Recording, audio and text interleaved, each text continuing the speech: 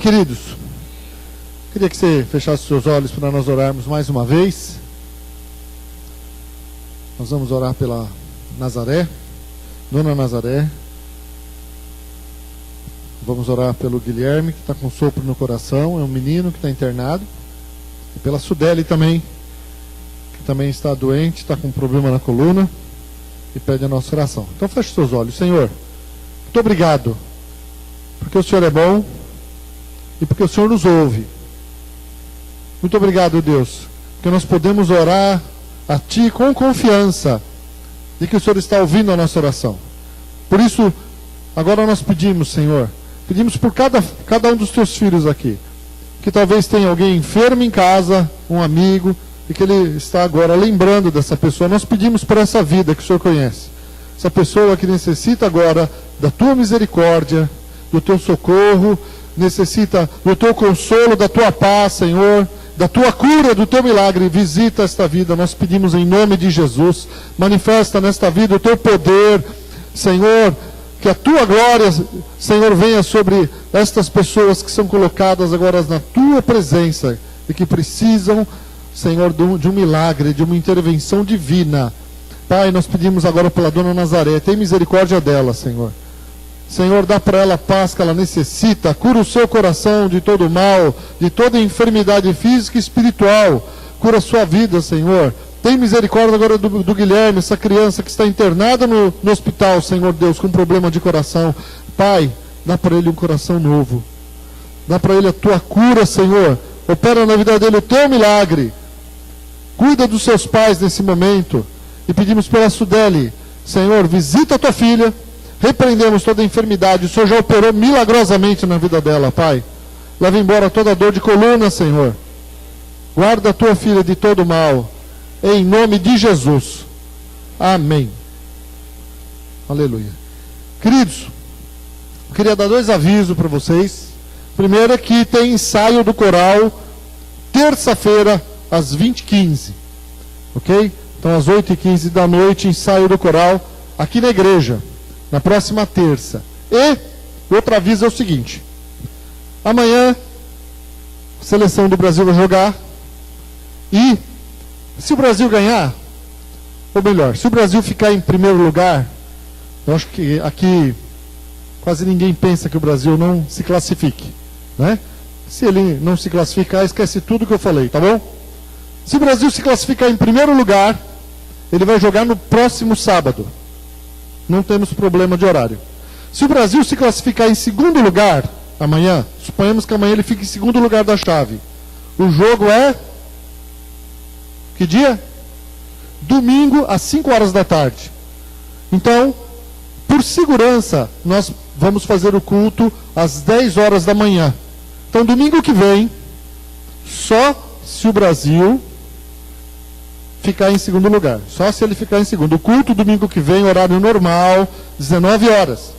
Se amanhã acontecer do Brasil ficar em segundo lugar, então você pode mandar Facebook, e-mail, lembrar os irmãos. Próximo domingo, culto às 10 horas da manhã. Ok? Então tá bom. Então vai ser um culto 10, extraordinário, tá? Não dá tempo para programar almoço, essas coisas. Vamos ter o culto normal, acabou o culto, você vai para sua casa, ok? Nós entendemos que é melhor, pela segurança. Algumas pessoas se exaltam, bebem, faz bagunça, jogam rojão no outro, e aí não é seguro. Não é seguro a gente ter o culto à tarde, né? Eu já passei por isso, eu já vi isso acontecer, e já vi pessoas nervosas também, porque tinha um culto numa igreja no horário do Jogo do Brasil. Então, vi isso acontecer numa igreja. Então, a gente, para evitar problemas, fica assim, ok? Maravilha. Deus é bom, amém, queridos? Glória a Deus. Abra sua Bíblia no Salmo 43. Salmo 43.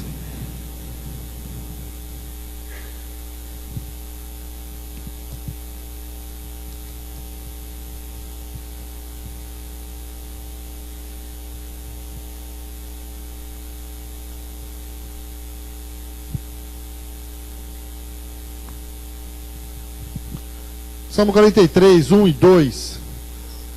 Diz assim: mas agora, assim diz o Senhor que te criou, ó Jacó, que te formou, ó Israel: não temas, porque eu te remi, chamei-te pelo teu nome, tu és meu. O que eu falei? Isso aí, vocês estão ligados. Muito bem. Isaías 43. Muito bom. Não é teste não, eu errei mesmo, falei errado. Isaías 43, 1 e 2. Então os irmãos me perdoem.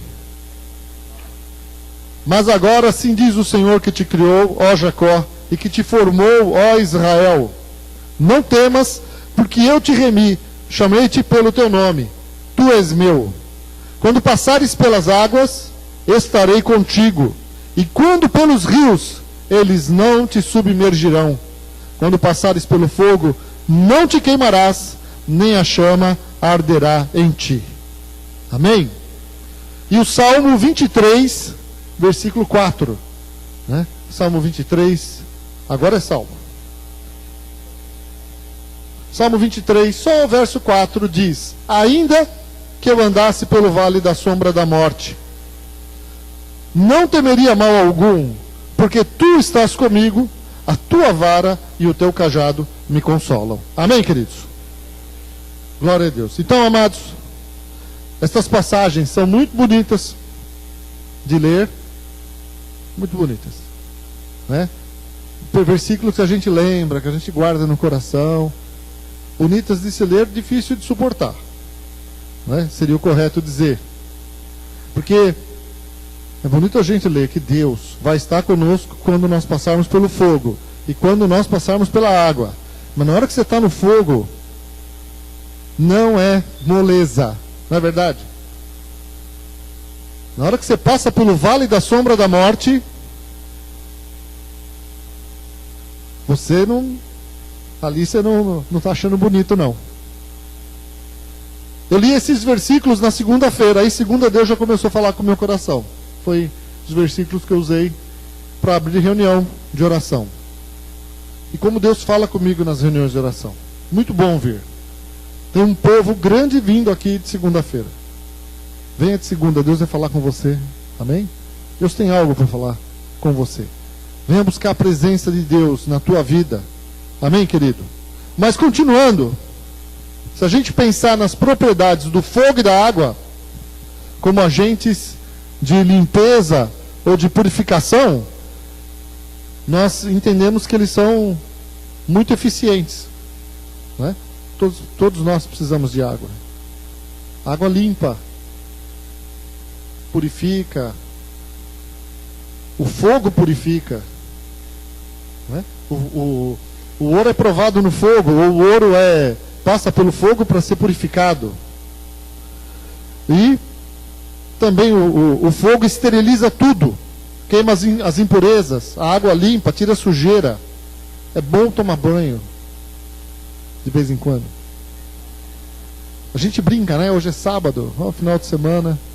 Eu conheci um pessoal que tomava banho de vez em quando. E eles não são dessa igreja. Fiquem em paz. São de outra igreja. Mas é isso. Bom, continuando aqui. Tira a sujeira. Usamos a água aquecida no fogo, 100 graus, né? Para esterilizar diversas coisas. Mamadeira de criança, chupeta de criança, né? Você vai esterilizar as coisas numa água fervendo. Água com fogo. Amém? E a água e o fogo também têm um poder de destruição impressionantes. Você vê aí o que as chuvas fazem, dependendo da região, os níveis, né, dos rios sobem, levam ponte, casa, estrada. O fogo é a mesma coisa. Um incêndio destrói matas e matas, ninguém consegue parar o fogo. Ele vai indo, vai destruindo tudo. É terrível. E a palavra de Deus diz, né? Quando passares pelo fogo, Então, ele não diz que irá nos livrar do fogo. Fala para quem está do seu lado, Deus não vai te livrar do fogo.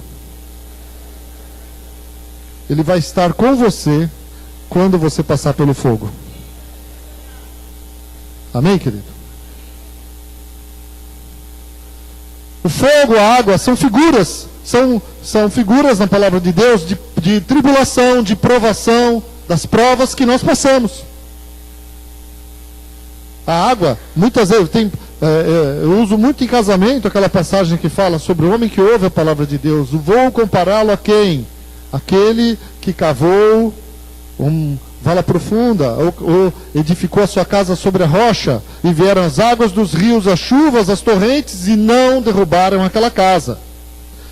E aquele que ouve a palavra de Deus e não as pratica, vou compará-lo a quem? Aquele que constrói a sua casa sobre areia. Vem a água, a chuva, a torrente, e derrubam a casa, ela não aguenta ficar de pé.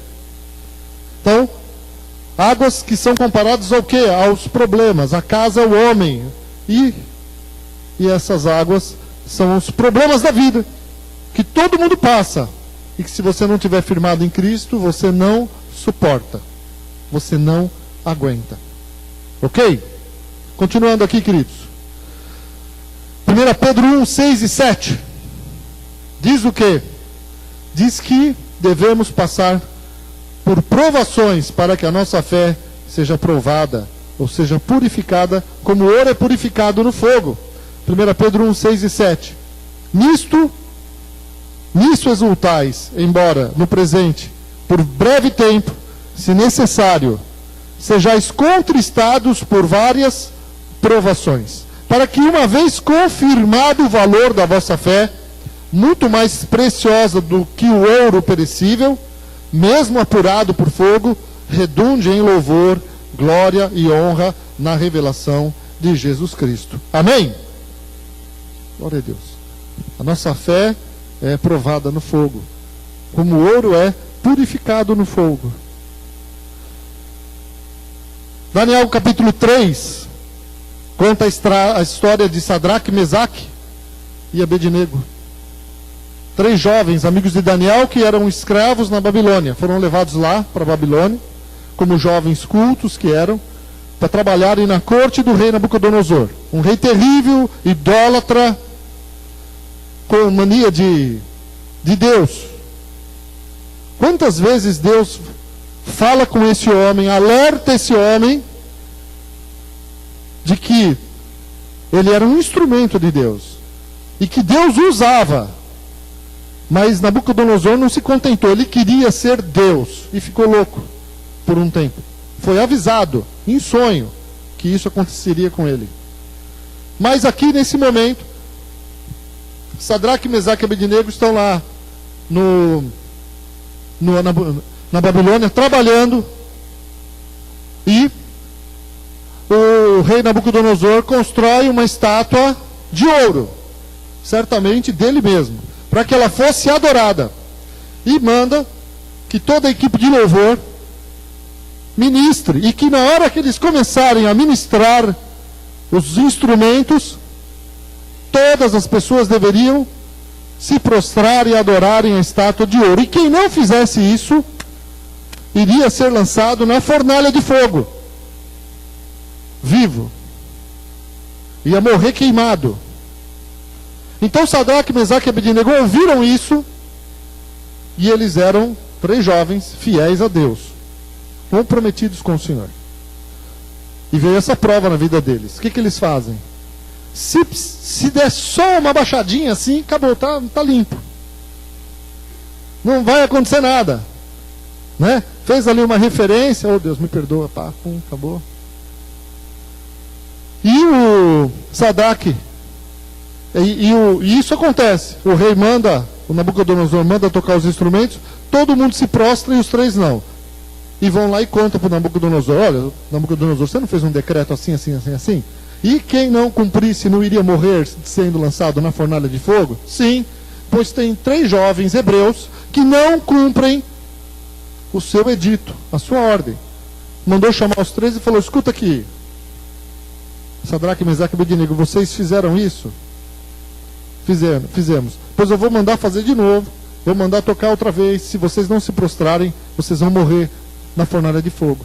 E eles olham para o rei e falam: olha, rei, é o seguinte, nós não vamos nos prostrar, porque nós só adoramos a Deus. E, se Deus quiser, Ele pode nos livrar da fornalha, mas se Ele não livrar, nós vamos para ela assim mesmo. Acabou. E aí o rei ficou furioso, encolerizado, mandou amarrar eles com cordas, e mandou que os homens jogassem eles, mandou aquecer a fornalha, quantas vezes mais? 7 vezes mais. E mandou que os homens jogassem eles lá dentro, e estava tão quente que os que lançaram eles lá dentro morreram, queimados. E aí vamos ler versículo 24 a 27, Daniel 3. Então o rei Nabucodonosor se espantou e se levantou depressa, e disse aos seus conselheiros: não lançamos nós 3 homens atados dentro do fogo? Responderam ao rei: é verdade, ó rei. Tornou ele e disse: eu, porém, vejo 4 homens soltos, que andam passeando dentro do fogo, sem nenhum dano, e o aspecto do quarto é semelhante a um filho dos deuses. Então se chegou Nabucodonosor à porta da fornalha, sobremaneira acesa, falou e disse: Sadraque, Mesaque e Abednego, servos do Deus Altíssimo, saí e vinde. Então Sadraque, Mesaque e Abednego saíram do meio do fogo. Ajuntaram-se os sátrapas, os prefeitos, os governadores e conselheiros do rei, e viram que o fogo não teve poder algum sobre os corpos destes homens, nem foram chamuscados os cabelos da sua cabeça, nem os seus mantos se mudaram, nem cheiro de fogo passara sobre eles. Amém? Glória a Deus. Então, irmãos, eu queria tirar algumas lições daqui. Hoje eu vou começar pelas lições. Até porque o horário já está avançado. Primeira lição: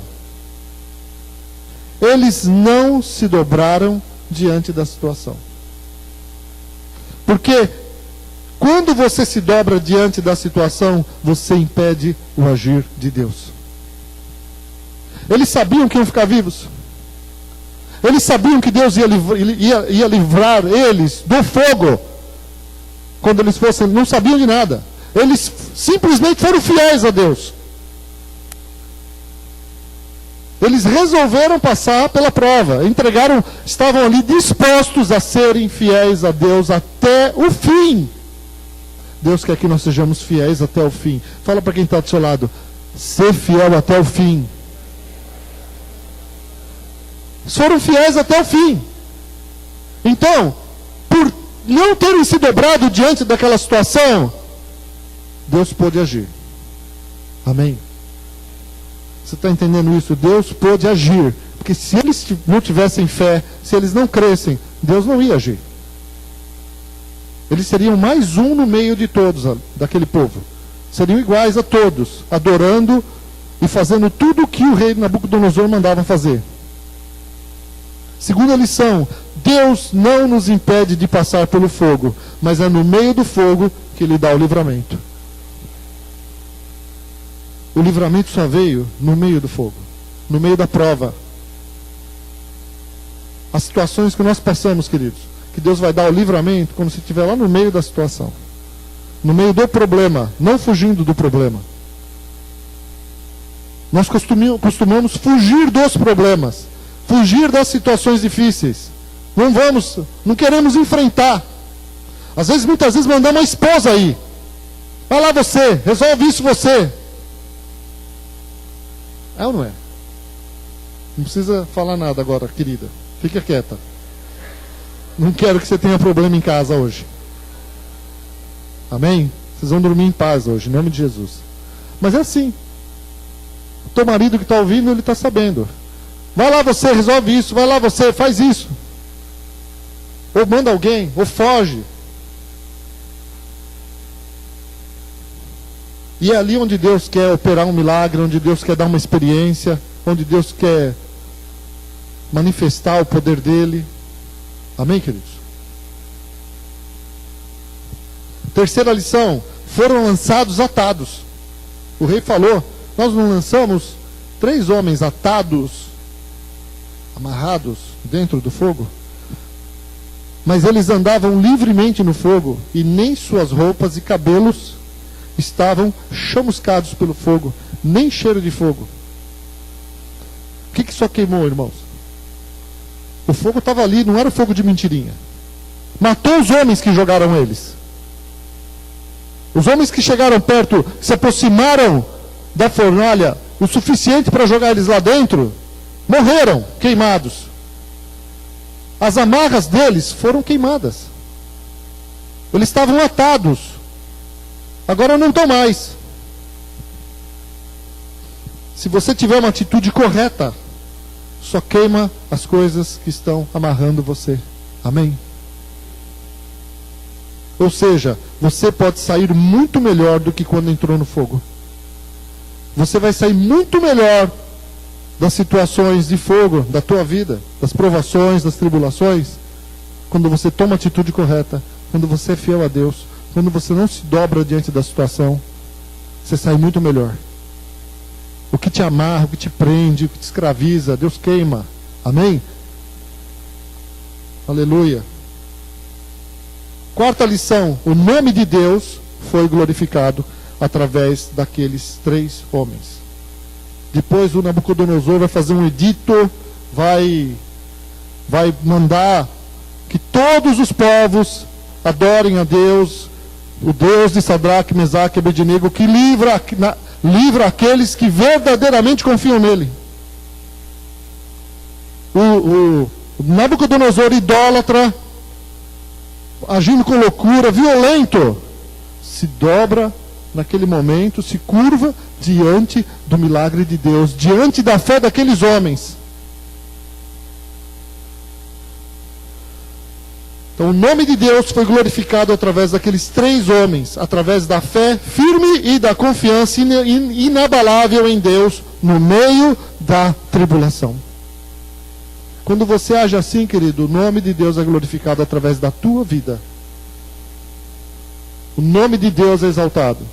As pessoas adoram a Deus por tua causa, por causa do seu posicionamento, por causa da sua fé. Não só você é abençoado, mas quem está ao teu redor também. Foi assim com Daniel na cova dos leões. No reinado de Dario, Daniel, o que Daniel fazia? Daniel incomodava os corruptos. Estavam ali os corruptos. Havia todo um esquema de corrupção e que Daniel atrapalhava, porque Daniel era correto. Era fiel ao rei. E principalmente fiel a Deus. Então não se dava corrupção. Então nós precisamos nos livrar de Daniel, que atrapalha aqui os nossos ganhos. Temos que dar um jeito nele. Aí eles vão lá, uma cilada para o rei. E convencem o rei, de novo. Ó rei, faz o seguinte. Por que o senhor não decreta uma lei em que todos os homens tem que, se for orar um Deus, não podem orar. Durante um mês, todos os homens do teu reino não vão poder orar a nenhum Deus. Só vão poder fazer orações para você. E o rei gostou da ideia. De novo ali, a síndrome de Deus na vida daquele homem. Só vão poder orar a você, rei. Só vão poder fazer petições a você. Não vão poder pedir nada para Deus nenhum. E o rei caiu na cilada. Por quê? Porque eles sabiam que Daniel orava a Deus todos os dias. E eles sabiam, olha só, que Daniel... Então vocês imaginam, queridos. Olha só a maldade dos caras. Eles sabiam que Daniel iria continuar firme ao seu Deus a ponto de morrer. E eles falaram, vamos dar um jeito. Vamos pegar Daniel na lei dele. Na adoração, na fidelidade dele. Então ele já morre mesmo sendo fiel a Deus.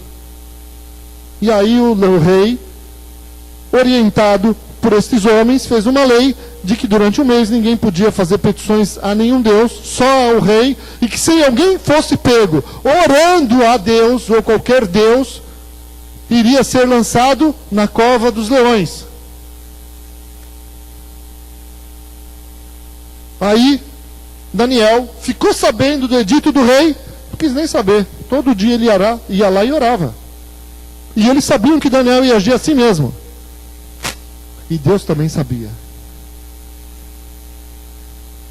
Deus sabe que você vai ser fiel a Ele em toda e qualquer situação? Não precisa responder.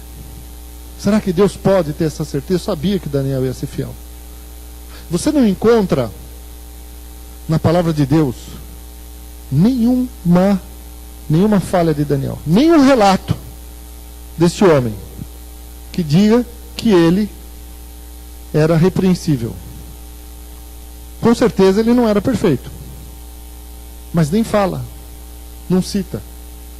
E aí Daniel foi pego, e o rei, quando viu que aconteceu isso, o rei gostava de Daniel. Puxa vida, meu melhor funcionário, em quem eu mais posso confiar. E o rei percebeu na cilada que havia caído. Só que ele não podia voltar atrás do que ele havia decretado. Então, Daniel foi para a cova dos leões. Deus não livrou Daniel da cova dos leões, mas livrou ele dos leões. Amém? Daniel passou a noite com os leões. Quem foi no zoológico ontem viu o tamanho do leão, né? Uma vez eu fui em Sorocaba, no zoológico de Sorocaba, e lá você chega perto do leão. Não é brincadeira, né? Não é um gatinho. Agora imagina uma cova de leões famintos, você passar a noite com eles. Só confiando muito em Deus para você ter paz e saber que Deus está te guardando quando você vai para a cova dos leões. E Deus livrou ele, fechou a boca. Deus enviou o seu anjo e fechou a boca dos leões. E de manhã o rei foi lá. O rei não dormiu a noite inteira, não deixou que tocassem música, não comeu nada a noite inteira, ficou aflito.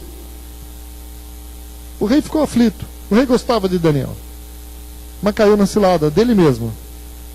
E ele foi lá e bateu na pedra e gritou: Daniel, por acaso o teu Deus te livrou? Aí ele falou: ó rei, vive, ó rei, o meu Deus, que não viu em mim nenhuma maldade, nenhum erro, ele me livrou da boca dos leões. Ele fechou a boca dos leões. Que coisa tremenda. Aquele rei deve ter glorificado a Deus. Aquele rei ficou muito feliz com aquilo. Todo mundo viu o milagre. E os caras, e o que aconteceu com os homens que tramaram aquilo para Daniel, que achavam que no dia seguinte o caminho deles para a corrupção estava limpo, estava livre? Foram lançados na cova dos leões, junto com as suas famílias.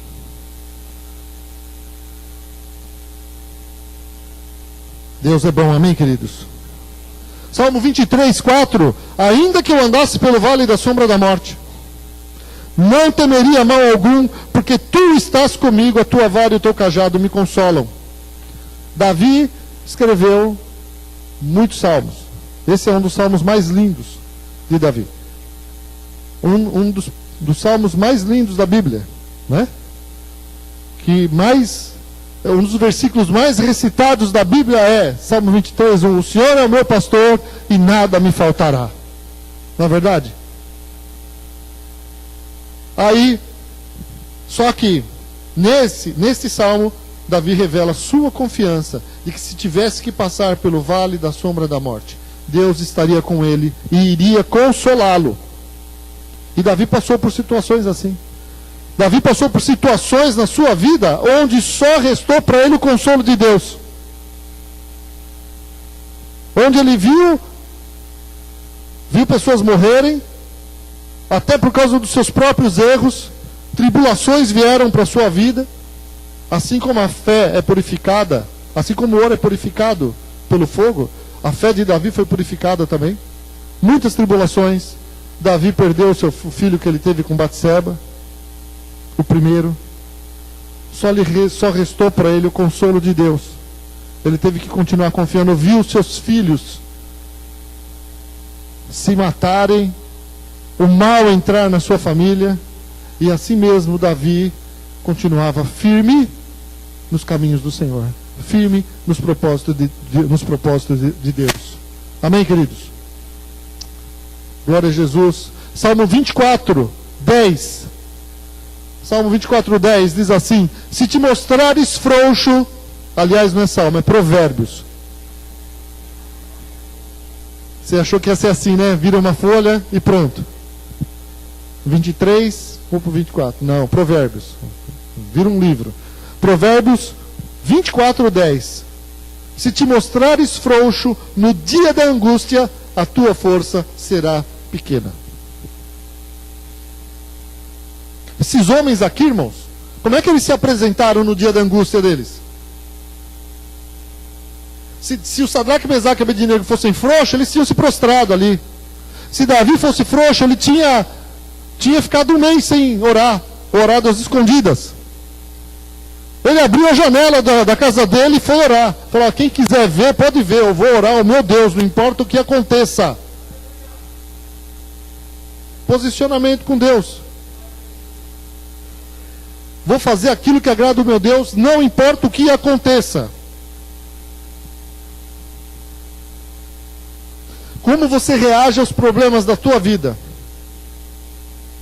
Hoje em dia as pessoas entram num processo de ansiedade e depressão com muita facilidade. Né? Eu já falei aqui, já preguei aqui, que o século XXI é chamado século da ansiedade. As pessoas estão ansiosas, depressivas. Vem problema, a pessoa já cai na cama, começa a tomar remédio. Uns caem de cama e tomam remédio, outros se levantam e dizem: se Deus é por nós, quem será contra nós? Amém? Aleluia! Se Deus é por nós, quem será contra nós? Vou continuar firme com meu Deus. Vou continuar confiando nele. Quando eu fui visitar a Nilzete no hospital, e ela recebeu o diagnóstico de que o rim dela ia ser retirado no dia 20, na sexta-feira. Falei: pastor, eu vou sair daqui com o meu rim. Eu não vou sair daqui sem rim. No dia seguinte já mudou tudo. Ó, veja bem, teu rim já não está tão podre assim como falaram que estavam. Já dá para aproveitar alguma coisa. Já começou a mudar. Teu filho vai nascer sem um rim. O pastor José foi orar. Está lá os exames. Ó, teu filho não tem um rim, vai nascer sem um rim, ele vai ser problemático, não vai ter saúde, não vai ter isso, aquilo, né? Né, Samuel? Não ia ter, então aí o Samuel. Luta taekwondo, joga futebol, toca violão, aprende a falar inglês, joga vôlei, estava ontem na praia lá, todo bonitão. A Sandra, ele foi almoçar em casa ontem, a Sandra olhou para ele e falou: você está fazendo academia? Não ia ter rim, ia ser fraquinho, fracote. Mas o pai dele foi orar no monte, foi buscar a Deus. Senhor, dá um rim para o meu filho. Vai nascer com os 2 rins, Senhor. Põe tua mão. Aí depois foi lá, fez o exame. Na semana seguinte, ó. Olha, eu não sei o que aconteceu. Está aqui, o outro rim apareceu. Aleluia! Glória a Deus! Glória a Jesus! Como é que você reage diante dos problemas? Cai de cama? Vai chorar? Vai ficar... Se levantou, foi orar, foi tomar atitude, partiu para a briga. Amém? Você tem que partir para a briga, meu irmão. Vai buscar o teu Deus. Todos os milagres na Bíblia, todos, estão ali, e a palavra de Deus diz que Ele não faz acepção de pessoas.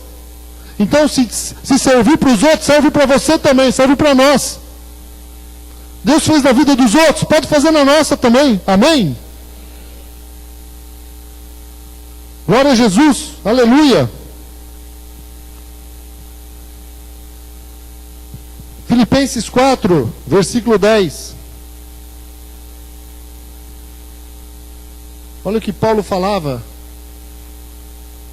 no meio dos problemas.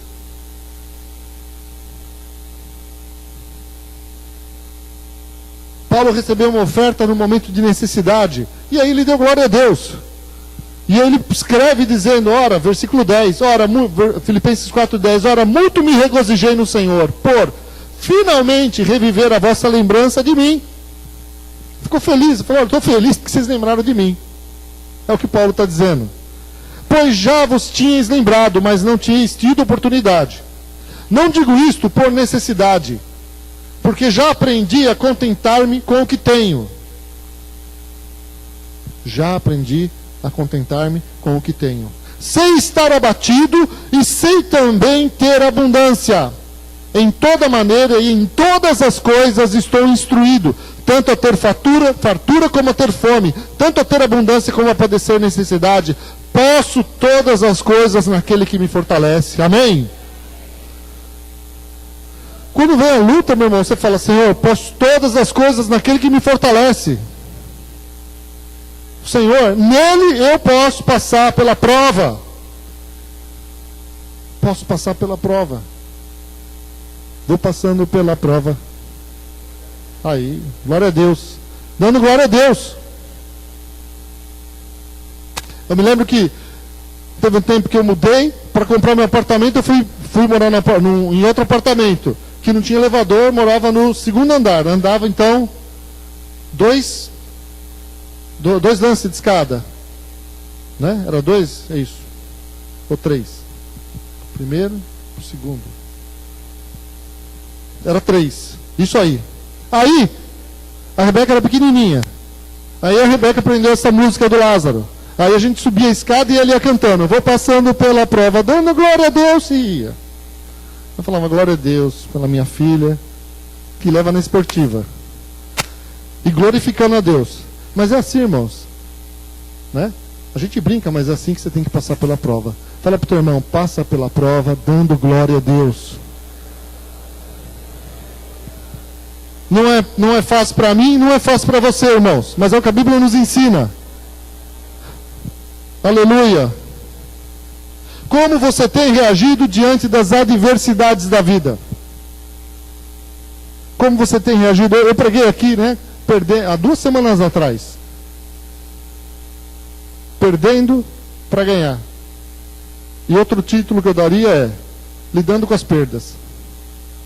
Lidando com as perdas. E é o que Deus tem tocado no coração para pregar.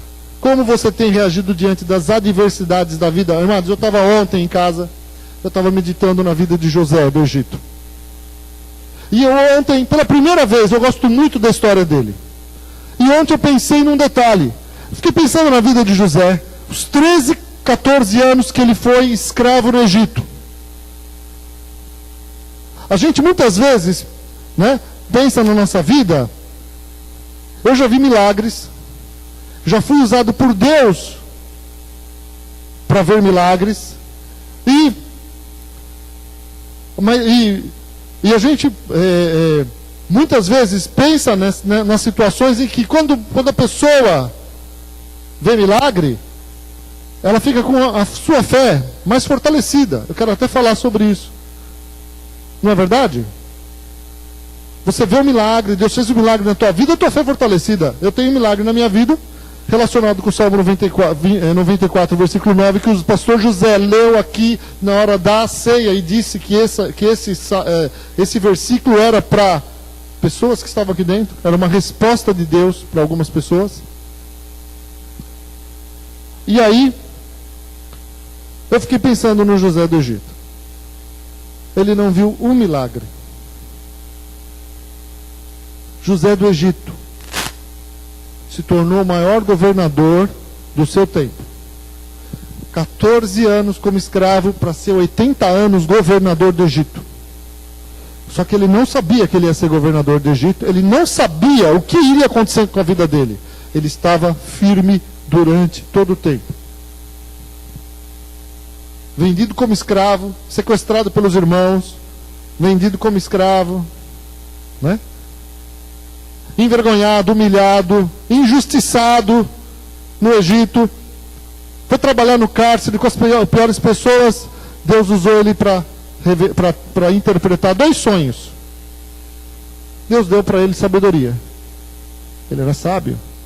Ele interpretou 2 sonhos. Aí você fala assim, não, peraí, o José tinha dom de interpretação de sonhos e tal. Irmãos, nem ministério foi, porque o cara interpretou a vida inteira, viveu 110 anos, interpretou 3 sonhos a vida inteira. Então, para mim, isso não é ministério. Certo? Não foi. Então você fala, não, ele tinha o dom, o ministério de interpretação de sonhos. Não teve. Interpretou 3. 2 lá na cadeia e 1 para o faraó. Acabou. Não tinha dom de línguas, não tinha... Me diz. Era um homem que tinha o quê? A sabedoria de Deus. O Espírito de Deus na vida dele. Mas ele viu algum milagre? Ele não viu, queridos. Ele é um exemplo para nós. Ele não viu milagre. Ele não viu o milagre durante os anos em que ele esteve preso.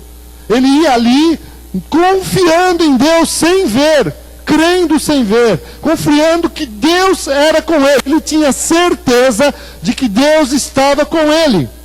Que nem Davi, que nem quando o Senhor nos manda crer no Isaías 43, 2, quando passares pela prova, e quando passares pelo fogo, e quando passares pelas águas, eu estarei contigo. Sem ver nada. José é um exemplo. Tremendo exemplo. Amém, queridos? Aleluia.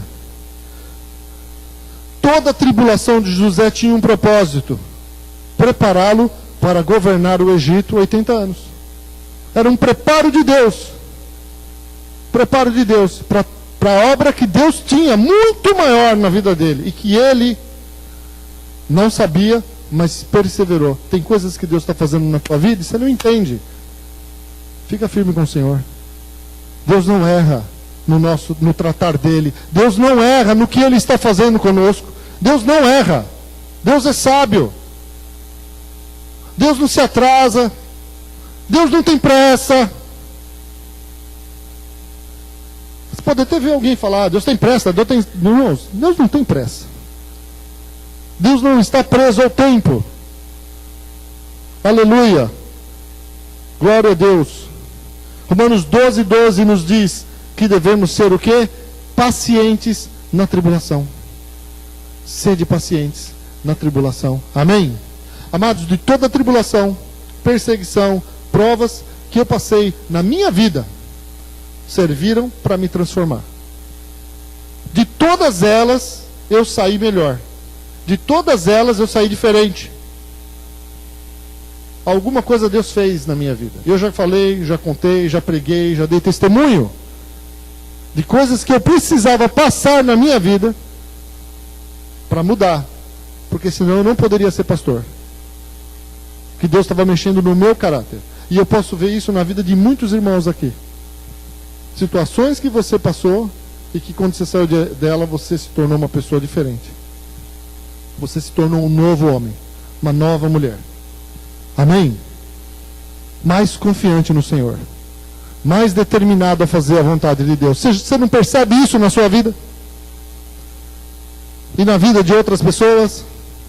Romanos 5,3 diz que a tribulação produz perseverança. Sem tribulação você não tem perseverança. Atos 14, 21 e 22 diz assim: E Barnabé e Paulo, tendo anunciado o evangelho naquela cidade e feito muitos discípulos, voltaram para Listra e Icônio e Antioquia, fortalecendo a alma dos discípulos, exortando-os a permanecer firmes na fé e mostrando que, através de muitas tribulações, nos importa entrar no reino de Deus. Amém? Irmãos, no caminho para o céu tem tribulação. Não tem atalho, não dá para escapar delas. Elas é que te mudam, elas é que te transformam, elas é que te fazem ser melhor para Deus, melhor para os outros também. 27 de outubro do ano passado eu preguei aqui sobre os ladrões da alegria. Não sei se você lembra. Eu dei 4 exemplos aqui. E um dos ladrões fala lá em Filipenses 1:12, em que Paulo diz que as coisas que, Filipenses 1:12, as coisas que me aconteceram. E quero, irmãos, que saibais que as coisas que me aconteceram contribuíram para maior proveito do Evangelho. Paulo está falando das circunstâncias da vida. As coisas que acontecem são as circunstâncias da vida. E as circunstâncias da vida podem ser o primeiro ladrão de alegria. As circunstâncias da vida são as provas, são as tribulações. Elas acontecem querendo você ou não, contra a sua vontade, de súbito, sem mandar recado, sem aviso prévio, chegam na vida, transtornam o teu coração e colocam a nossa vida de ponta cabeça. Circunstâncias que se não tomarmos cuidado, levam embora a nossa alegria. Paulo diz que as coisas que me aconteceram contribuíram para o progresso do Evangelho. Que coisas foram essas que aconteceram para a vida de Paulo? Eu vou ler para você. Eu fui perseguido em Damasco, fui rejeitado em Jerusalém, fui esquecido em Tarso, fui apedrejado em Listra, fui preso e açoitado em Filipos, fui escorraçado em Tessalônica, fui enxotado em Bereia, fui chamado de tagarela em Atenas, fui chamado de impostor em Corinto, enfrentei feras em Éfeso, fui preso em Jerusalém, fui acusado falsamente em Cesareia, enfrentei um naufrágio para Roma, fui picado por uma cobra, cheguei em Roma algemado e preso, mas creio que estas circunstâncias contribuíram para o progresso do Evangelho. Paulo sabia que Deus é quem dirigia a sua vida. E ele escreve que por ele estar preso, os irmãos são mais encorajados a pregar. E por estar preso, toda a guarda pretoriana, 16.000 soldados de elite, foram evangelizados e até a própria corte de Nero. Porque ele estava num lugar onde havia troca de guarda a cada 2 horas e os guardas eram evangelizados por Paulo, um a um. Se convertiam e evangelizavam os outros soldados. E depois até a própria corte de Nero foi evangelizada. Em Roma. Não existe uma vida ao acaso. Olhe para a sua vida conforme a perspectiva de Deus. Senão, as circunstâncias da vida podem roubar a sua alegria. Amém, queridos? Podia aqui falar de Paulo e Silas, que viram um terremoto numa prisão, que foi provocado porque eles glorificaram a Deus, depois de terem sido açoitados e presos. Mas eu vou avançar. Para terminar, João 16:33. João 16:33 diz assim: tenho-vos dito isso, para que em mim tenhais paz. No mundo tereis aflições, mas tem de bom ânimo, eu venci o mundo. Amém? Fala para o seu irmão, tem de bom ânimo. Tem de bom ânimo. Aleluia. Fica de pé, querido.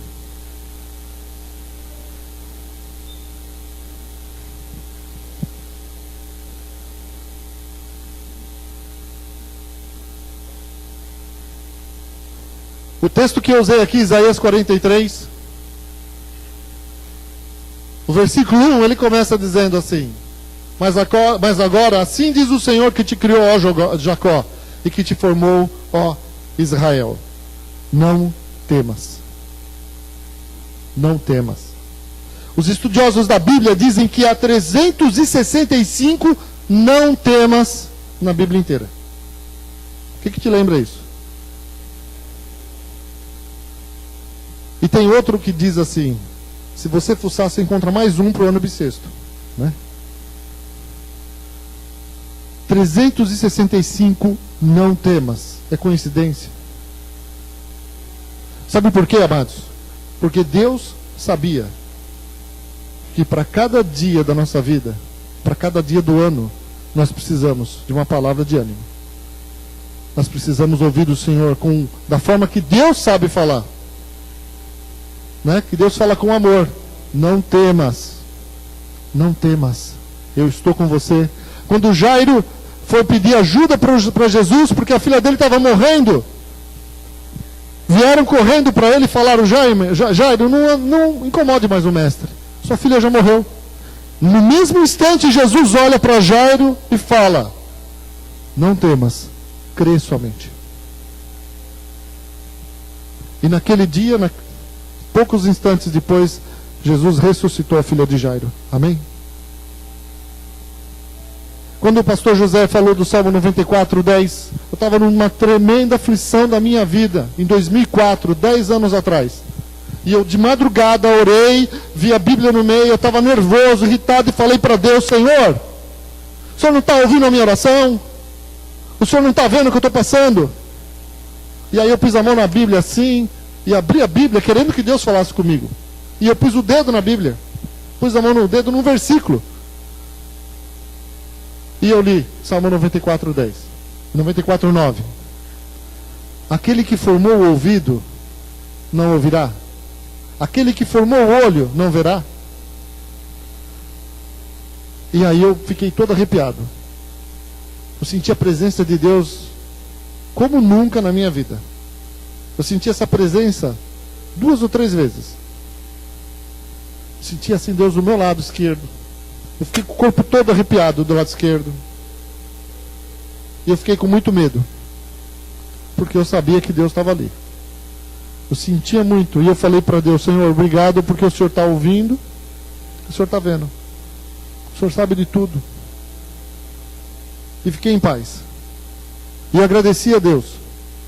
E a minha insônia passou. E eu passava dias preocupado com aquele problema. A partir daquela hora eu fui dormir. Eu saí dali, eu não fiquei orando em êxtase, adorando a Deus. Não, Deus falou comigo. Eu senti a presença de Deus ali, muito forte. Eu agradeci a Deus e fiquei quieto. Eu falei: Deus, o Senhor está no controle. Não falo mais sobre esse assunto com o Senhor. Fui deitar, dormi em paz e nunca mais eu perdi o sono por causa daquele problema, que durou ainda alguns meses. Nunca mais roubou a minha paz. No meio do problema eu tive paz, segurança e certeza. Deus está cuidando de mim. E eu só tive aquela experiência porque eu tive o problema. Eu só vi Deus falar comigo daquela forma e se manifestar daquela forma para mim porque eu estava no meio de um problema. As pessoas que passam tribulações têm experiências para contar, têm testemunho para dar, tem vitória. Sadraque, Mesaque e Abednego puderam contar para os netos deles: eu fui lançado no fogo e eu saí de lá, nem cheiro de fogo eu tinha. Quem tem experiência com Deus, quem fica firme com o Senhor, tem experiência para contar. Agora, quem se prostra, quem se dobra para a estátua de Nabucodonosor, não vai dar testemunho nenhum. Daniel pode contar para todo mundo, contar para os filhos, netos. Ele já estava velho. Aliás, nem precisa, nós contamos. As pessoas vão contar o que você fez. As pessoas vão contar o teu testemunho. As pessoas vão contar e vão falar para os outros a tua firmeza, a tua convicção, a tua fidelidade, a tua confiança em Deus. Elas vão contar, elas vão falar, e elas vão glorificar a Deus por causa do teu testemunho. Amém? Aleluia. E Deus fala aqui: não temas para nós todos os dias. Não temas. Tem um não temas para você todo dia. Não tema, fica firme, eu estou contigo. Por onde você andar, estou com você no vale da sombra da morte, eu estou com você quando você passar pelo fogo, eu estou com você quando você passar pela água, ela não vai te submergir. Eu vou te livrar, eu vou te dar. E muitas vezes, esses não temas são as circunstâncias. A tribulação que vem sobre você, que está relacionada, tribulação, prova, às vezes está relacionada com a tua família, com alguém da tua família. E você está lá angustiado, preocupado, e o Senhor está mandando dizer para você hoje: não temas. Eu estou cuidando da tua família, eu estou ouvindo a sua oração. Amém? O teu problema pode ser nas finanças, até porque você errou. Quem que não erra nas finanças? Todo mundo é falho. Aí Deus fala: não temas, confia em mim, põe a casa em ordem, vai me buscar. O Senhor manda falar para você: não temas. Vem um problema de enfermidade, às vezes você está lá desesperado. Está desesperado com um problema de enfermidade. Deus está cuidando, Deus está ouvindo. O Senhor está mandando dizer: olha, eu estou, aquele que criou o ouvido não ouvirá, aquele que criou os olhos não verá. Ele ouve a tua oração e ele vê a sua necessidade. Você pode pedir para ele com fé. Você pode apresentar o teu problema para ele. Não temas. O teu projeto. Você tem um projeto? Deus manda dizer para você: não temas, eu estou contigo. Você tem um plano, o Senhor está com você, querido. Amém? Ele não vai te abandonar. A palavra de Deus nos diz lá no Salmo 49, versículo 15, que mesmo que uma mulher esqueça do seu filho, Deus nunca vai esquecer de você. Eu nunca te deixarei, eu nunca te desampararei. Aleluia! Esse é o Deus que nós servimos. Glória a Deus. Amém? Feche seus olhos, querido. Aleluia. Você que está assim hoje, precisando pedir para Deus, Senhor, me ajuda a confiar. E me perdoa pelos momentos em que eu não confiei e agi de forma errada. Eu quero mudar hoje, Senhor. Eu quero tomar uma atitude correta. Se você está assim hoje, precisando que Deus toque na sua vida, que Deus opere um milagre na sua vida, meu irmão, Deus está nesse lugar. O Espírito do Senhor está aqui. Então eu peço para você, venha à frente para nós orarmos. Quero orar pela tua vida. Glória a Jesus. Sai do seu lugar com fé. Se você está com uma situação na tua vida onde te causa temor, medo, angústia, onde você quer ver Deus agir na tua família, agir na vida dos teus parentes, na vida da tua filha, na vida do teu filho, na vida do teu esposo, da tua esposa. Você que está orando pelo seu pai, eu vou orar, eu não vou demorar. Nós vamos orar e encerrar o culto. Glória a Jesus.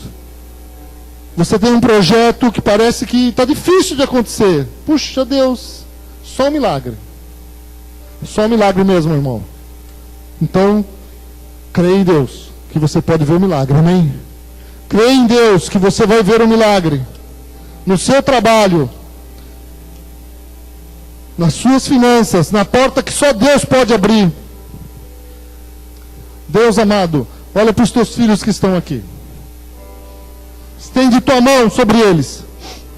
Tem misericórdia, Senhor, daqueles que estão hoje com fé, com sinceridade, com humildade, se apresentando diante de Ti, Senhor, nessa atitude de vir aqui, Senhor, e dizer, Senhor Deus, que eles querem crer, que eles querem não temer, e querem receber essa palavra na vida deles hoje. Eu peço, Deus, em nome de Jesus, opera poderosamente em cada uma destas situações. Opera, Senhor Deus, na necessidade dos teus filhos. Opera, Senhor, segundo o teu propósito, segundo a tua vontade, na vida dos teus queridos aqui, Senhor. Eu peço em nome de Jesus, que do meio desta tribulação, do meio desta provação, cada um deles aqui possa sair de forma diferente, possam sair melhores do que quando entraram, Senhor, em nome de Jesus. Possam sair, Senhor, aperfeiçoados com a sua fé, com a sua perseverança transformada, Senhor. Senhor Deus, com a sua confiança, Deus amado, verdadeiramente em Ti, com os olhos deles fixos em Ti, Deus poderoso, maravilhoso, eterno e soberano. Em nome de Jesus, olha para a necessidade dos teus filhos que estão aqui, olha para a necessidade do teu povo, aquele que está aqui hoje, precisando de um milagre no emprego, que precisa ouvir hoje sobre o seu emprego, não temas, crê somente. Que precisa ouvir hoje sobre a sua casa, não temas, crê somente, confia no teu Deus. Ele está cuidando dos teus dias, Ele está cuidando do teu futuro, Ele está cuidando do teu amanhã. Confia no Senhor, busca o teu Deus com fé, olhe para o teu Deus, gaste tempo com Ele, porque Ele é um Deus maravilhoso. Ele é o Deus que nos socorre, Ele é o Deus que nos livra, Ele é o Deus que nos cura, Ele é o Deus que nos santifica, aleluia. Ele é o Deus que restaura casamento, Ele é o Deus que restaura relacionamentos, Ele é o Deus que tira de nós a soberba, o orgulho, a vaidade. Ele é esse Deus maravilhoso, que hoje está com a mão dele estendida sobre esse lugar e sobre a tua vida, para você sair daqui hoje com a sua fé renovada, com o seu ânimo renovado, aleluia. Glória ao teu nome, Senhor. Nós te rendemos toda a honra e toda a glória, nós te exaltamos porque o Senhor é bom, misericordioso, o Senhor é maravilhoso. Nós te damos graças em nome do Senhor Jesus Cristo, amém e amém